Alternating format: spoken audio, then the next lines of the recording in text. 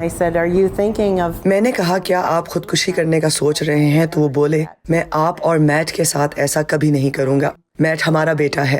لہٰذا ایک رات جب میں گھر آئی اور اپنے شوہر کو گھر کے صحن میں پایا، وہ میری زندگی کی سب سے طویل رات تھی۔ میں نے کبھی نہیں سوچا تھا کہ وہ ایسا کریں گے، لیکن انہوں نے ایسا ہی کیا، اور میں اس مقام پر جا پہنچی جہاں ان خودکشیوں کو روکنے کے لیے مجھے کچھ کرنا تھا۔ لہٰذا اگر کچھ اور نہیں تو لوگوں کو اس بارے میں آگہی تو دی جا سکتی ہے نا۔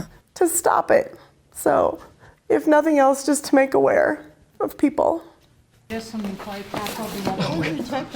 22 is too many تنظیم اکتوبر 2014 میں شروع ہوئی۔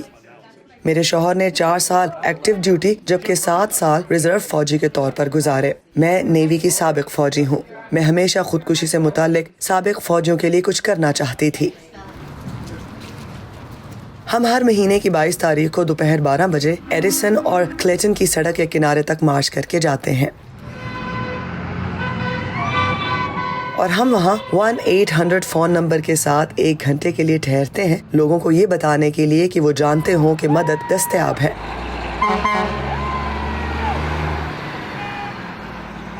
آگہی کے نہ ہونے کے باعث سابق فوجی 800 نمبر کے بارے میں نہیں جانتے، اور دیہی علاقوں میں بہت زیادہ مدد موجود بھی نہیں ہے۔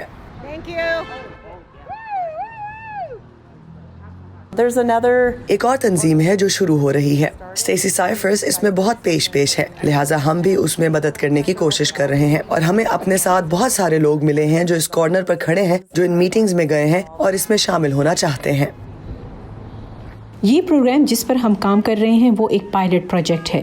وہ یہ دیکھنے کی کوشش کر رہے ہیں کہ ہم دیہی علاقوں میں فوجیوں تک کیسے پہنچ سکتے ہیں، اور پھر ان فوجیوں تک جنہیں اس پروگرام کا علم ہے، یہ فوجی پھر دوسرے سابقہ فوجیوں تک پہنچ سکتے ہیں، اور یوں یہ سلسلہ آگے بڑھے گا۔ جیسے میں کسی سے بات کرتی ہوں، انہیں اس پروگرام کا پتہ چلے گا، اور پھر وہ کسی ایسے دوست سے بات کریں گے جو سابق فوجی ہو۔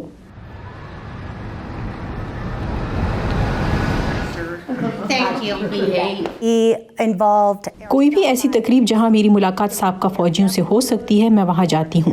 میں یا تو براہ راست اس سے منسلک ہوں گی یا اس میں شرکت کروں گی، جہاں میں مختلف غیر ملکی جنگیں لڑنے والے امریکی فوجیوں سے ملتی ہوں۔ یہ امریکہ میں ایک بہت بڑا بحران ہے۔ جب تک یہ نمبر 0 نہ ہو جائے تب تک میں یہ کرتی رہوں گی۔ لہٰذا ہو سکتا ہے لوگوں کے لیے میں سڑک کنارے کھڑی ہونے والی ایک بوڑھی عورت ہوں، لیکن میں اس وقت تک یہاں موجود رہوں گی جب تک انہیں ہماری ضرورت نہیں ہوگی، اور میں امید کرتی ہوں بہت جلد انہیں ہماری ضرورت نہیں پڑے گی۔